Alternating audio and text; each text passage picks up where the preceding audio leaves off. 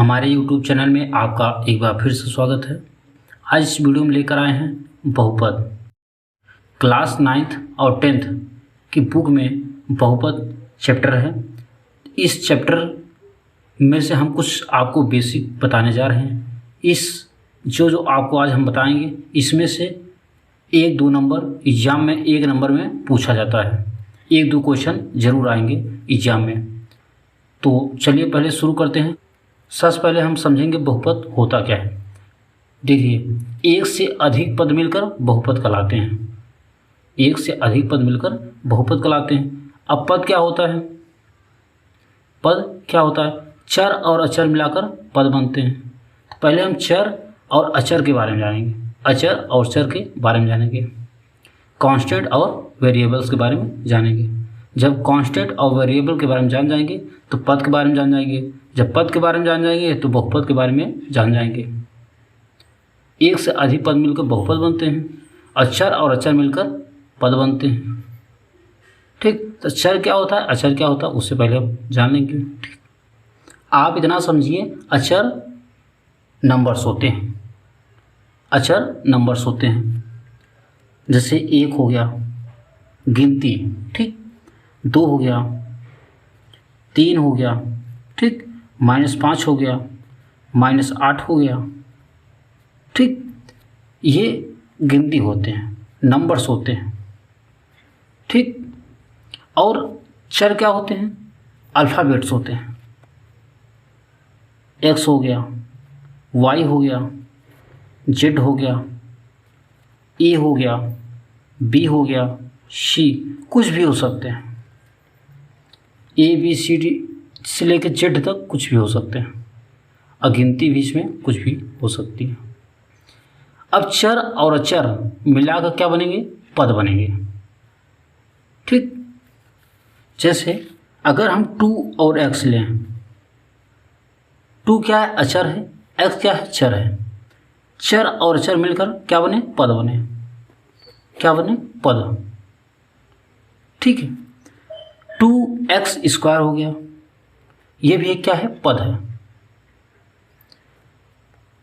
3z³ हो गया, ये भी क्या है? पद है, ठीक। एक से अधिक पद मिलकर क्या बनेंगे? बहुपद। एक से अधिक पद मिलकर क्या बनेंगे? बहुपद बनेंगे। 2a की घात 5 हो गया, 5 हो गया। 2a का पावर 5 हो गया, ये भी एक क्या है? पद है, ठीक। एक से अधिक पद मिलकर क्या बनेंगे? बहुपद बनेंगे। अब देखिए, 2x लिखा है, इन दोनों अल्फ़ाबेट और नंबर्स के बीच में, इन दो चर और अचर के बीच में गुणा का चिन्ह छिपा है। ध्यान से समझिएगा, इन दोनों के बीच में गुणा का चिन्ह छिपा है। इस संख्या के आगे प्लस का चिन्ह छिपा है।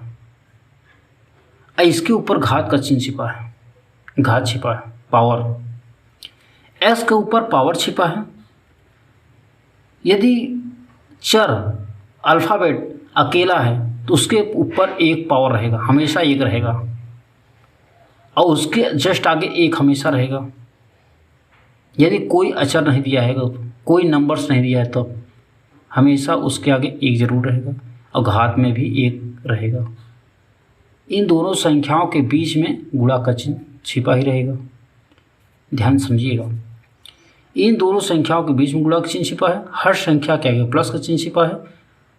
और यदि कोई अल्फ़ाबेट, कोई भी चर अकेला रहेगा, सभी के ऊपर एक का पावर लगा रहता है, हमेशा एक का पावर लगा रहता है, ठीक। अब देखिए, पद, एक से अधिक पद मिलकर बहुपद बनाते हैं। जैसे x³ -2x², ठीक, प्लस 4x प्लस 7। एक से अधिक पद मिल गए, ये क्या होगा? बहुपद, ठीक है। जैसे मान लीजिए 3y³ plus 5y plus 3y²। एक से अधिक पद है ना, तो क्या हुए? बहुपद। और मान लीजिए एक्स क्यूब दिया है प्लस 1 दे दिया, ये भी क्या है, बहुपद है। ठीक है, जेड का पावर क्यूब पर है, जेड क्यूब प्लस जेड है माइनस 1 है, ये भी क्या है, बहुपद है। यानी एक से अधिक पद हैं तो क्या कर बहुपद कहलाएंगे। ये भी अपने में एक पद है, ये भी एक अपने में पद है। क्यों? क्योंकि इसके एक के बगल जस्ट एस का पावर 0 छिपा है। यदि नंबर अकेला है तो उसके बगल में एस का पावर 0 छिपा है। एक्स का पावर जो 0 होता है इसका मान हमेशा 1 होता है। किसी भी संख्या का पावर 0 है तो उसका मान हमेशा 1 होता है। तो सभी में यहाँ x का पावर 0 है, s का पावर 3 है, 2 है, 1 है, 0 है। ये हम आगे आपको बताएंगे। ठीक, देखिए आपको एग्जाम में कुछ क्वेश्चन ऐसे मिलेंगे, उसमें पूछा जाएगा बहुपद है या नहीं है। कुछ ऐसे पद हैं जो बहुपद नहीं है, ये बहुपद नहीं है, ये बहुपद नहीं कहलाएगा। ठीक, जैसे √x प्लस 2, ये भी बहुपद नहीं कहलाएगा। 1/s का power square plus 2x plus 3 दिया है, ये भी बहुपद नहीं कहलाएगा। चलिए अब आगे आपको बहुपद के पद के बारे में बताते हैं। उसमें से क्वेश्चन 1 नंबर में एग्जाम में आते हैं। अभी हम शुरू में आपको बताएं, चर और अचर मिलकर एक पद बनते हैं। यदि एक पद है तो एक पद, 2 पद है तो द्विपद, 3 पद है तो त्रिपद हो जाएगा। अगर हम बोले थे उसमें 2x लिखा है, तो एक पद था ना, इसमें गुणा का चिन्ह छिपा है, यहाँ प्लस का चिन्ह छिपा है, यहाँ 1 घात लगा है, 1 का x का पावर 1 है। ठीक, ये एक पद है, ये भी एक पद है। ठीक, एक से अधिक पद मिलकर बहुपद बने थे। और ले लीजिए, मान लो 8y², ये भी एक पद है। 3z³ ले लेते हैं, ये भी एक पद है। 5a², ये भी एक पद है। चर और अचर मिलकर पद बने हैं। 6 भी एक पद है। हमने क्या बोला, इसके बगल जस्ट s का पावर 0 छिपा है। यही 2 पद मिल जाएंगे तो द्विपद हो जाएगा, 3 पद मिल जाएंगे त्रिपद हो जाएगा। ठीक, अगर अब देखिए x² प्लस 2x ले लेते हैं, ये द्विपद हो गया, एक पद 2 पद। 2y³ प्लस 6y हो गया, ये भी एक पद है, द्विपद हो गया, एक पद एक पद। ठीक, और ले लीजिए, मान लीजिए a का पावर क्यूब है प्लस a² है। ठीक, मान लीजिए a³ है प्लस y² है, ये भी द्विपद है, 2 पद हैं। ठीक, चलिए ठीक, ऐसे त्रिपद होगा, इसमें 2 पद हैं, इस पर वाले में 1 पद, इसमें 3 पद होने चाहिए, त्रिपद कहलाएगा। x³ plus 4x² plus 7x, 3 पद हो गए। x² plus 4x plus 8x³ 3 पद हैं। आप कुछ भी ले सकते हैं, जरूरी नहीं है कि x हो, y हो, a b c d, आप कुछ भी ले सकते हैं। n ले लीजिए, n का power cube plus 3n plus 4। ठीक, 3 पद हैं, त्रिपद कहलाएंगे।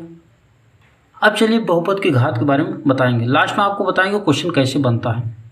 ठीक, एग्जाम में कैसे क्वेश्चन 1 नंबर में पूछा जाता है, ये आपको लास्ट में हम बताएंगे। देखिए, बहुपद की घात के बारे में जानिए। अभी हम आपको शुरू में बताएं, 2x जब लिखे थे, हम आपको ये बताया, यदि चर अकेला है, अल्फ़ाबेट अकेला है, तो उसके ऊपर एक पावर छिपा रहता है ना, इसमें एक घात यानी पावर छिपा रहेगा। यदि हम 2x लिखेंगे तो यहाँ एक छिपा है, एक घात बहुपद कहलाएगा। यदि हम यहाँ 2x ले सकते हैं,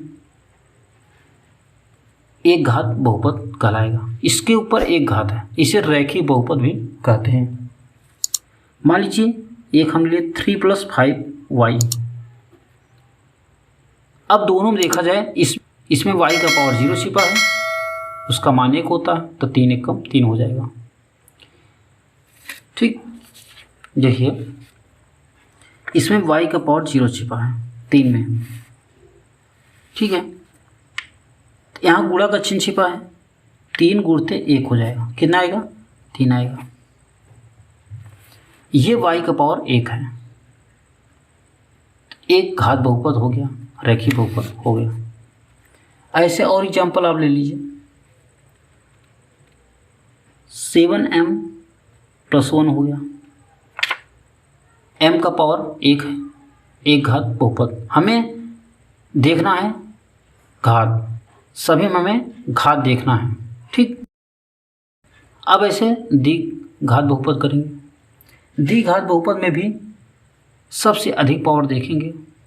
जैसे मान लीजिए हम ले लेते हैं y² + 2x, तो सबसे अधिक पद किसमें है? 2 है, y के ऊपर 2y। ठीक, सबसे अधिक पद क्या है? 2 है, तो द्विघात बहुपद सबसे अधिक पद हमें देखना है। ठीक, अगर मान लीजिए और ले लेते हैं, मान लीजिए हम ले लेते हैं 2x² + 6x, इसमें देखिए अधिकतम घात कितना है? 2 है, तो द्विघात बहुपद कहलाएगा। ठीक,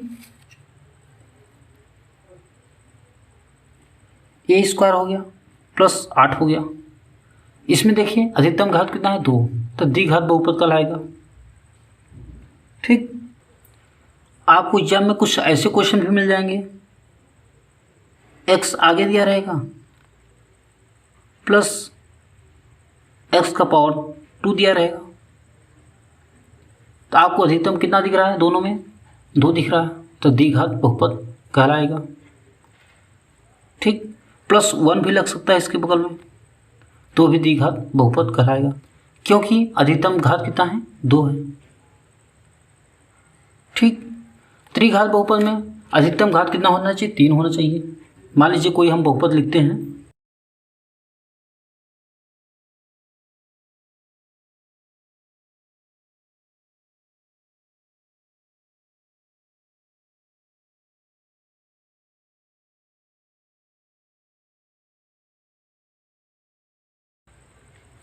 इसमें अगर आप देखेंगे तो सबसे अधिक पावर क्या है? 3 है, तो त्रिघात बहुपद कहलाएगा। इसमें देखेंगे 3 है, तो त्रिघात बहुपद कहलाएगा। इस बहुपद में आप देखिए अधिकतम घात कितना है? 3 है, तो त्रिघात बहुपद कहलाएगा। इसमें भी देखिए अधिकतम घात कितना? 3 है, त्रिघात बहुपद कहलाएगा। चलिए अब आपको हम बहुपद के गुणांक के बारे में बताते हैं। ये भी क्वेश्चन आता है 1 नंबर में। चलिए पहले हम थोड़ा आपको बता देते हैं क्वेश्चन कैसे एग्जाम में आता है। ऐसे कोई पद दिया रहेगा, बहुपद दिया रहेगा, उसमें आपसे पूछ लेगा द्विघात बहुपद है या त्रिघात बहुपद है, रैखिक बहुपद है, ये आपसे पूछ सकता है। या फिर द्विघात दिया रहेगा, त्रिघात दिया रहेगा, आप त्रिघात बहुपद बताइए, द्विघात बहुपद बताइए, एक घात बहुपद बताइए, रैखिक बहुपद बताइए, ये आपसे पूछ सकता है एग्जाम में। ठीक, फिर क्वेश्चन कुछ इस तरफ से आ सकते हैं, आते हैं, एक पद बहुपद कौन सा है, द्विपद बहुपद कौन सा, या फिर बहुपद दे दिया है, इसमें कहेगा कि कौन सा एक पद बहुपद है, ये एक पदी बहुपद है या द्विपदी बहुपद है, ये भी क्वेश्चन बनता है। ठीक, अभी गुणांक आपको बता रहे हैं, गुणांक से कुछ क्वेश्चन बनते हैं। ठीक, फिर ये भी पूछ सकता है चर हैं या अचर हैं। ठीक है, कौन से चर हैं कौन सा अचर है, ऐसे दे देगा। या फिर ये जेड दे दिया, बोला चर है या अचर है। फिर उसमें पूछे एक पद द्विपद, घुमा फिरा क्वेश्चन आपसे 1 नंबर में पूछा जाता है। देखिए बहुपद के गुणांक के बारे में भी क्वेश्चन पूछता है। हम आपको शुरू में ही बताएं 2x लिखे थे, यहाँ गुणा का चिन्ह छिपा रहता है, यहाँ ऊपर घात पावर छिपा रहता है, यहाँ प्लस का चिन्ह छिपा है।